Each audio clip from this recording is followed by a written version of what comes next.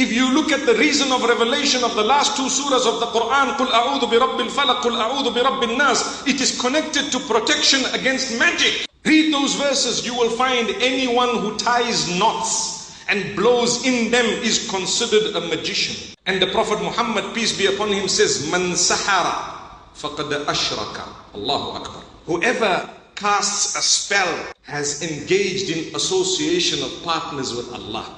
You remove yourself from the fold for what? Don't do that, and don't go to someone to do that. It has never brought about goodness. If there was any goodness in all of that, the person doing it would have had the life of the King of Kings. They themselves are poor. They have nothing. They don't even know what's coming or going in their own lives. They have health matters and problems just like you and I. But they are fooling us, and at times, yes, they do get involved in the dark side of things. We are believers. We are always with the nur of Allah. Today's message is very strong. Allah will give you, continue to develop your relation with Allah. Allah will propel you into a position He knows He wants you at the time that He wants you there. If it hasn't come, if it doesn't come, it's okay. We are still with Allah. I will achieve ultimate success of the hereafter.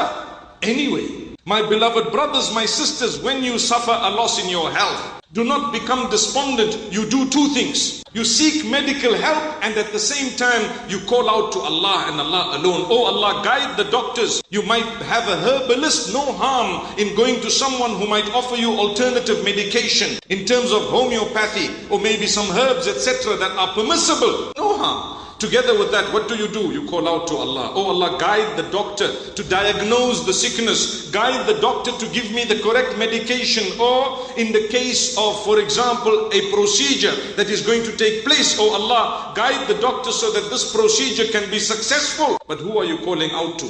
To Allah. And Allah alone. That is success. That is success. But to turn, for example, to those who claim to call the spirits of the dead, and they might be doing some of that, whether they are or they are not. It's not from the life of a believer to go in that direction. You believe in Allah. Don't go to those who claim that they will call the spirits of the dead. And they do at times. It is a whole different matter. But at the same time, if you believe in Allah, He has addressed it in the Quran and He has addressed it in the Sunnah. You need to start off by reading the meanings of the last two surahs of the Quran. Min sharril waswas al-khannas alladhi yuwaswis fi sudurin nas min al-jinnati wan nas. It sounds so beautiful. Have you ever considered the meaning of these surahs? Have you gone into the reasons of revelation of these surahs?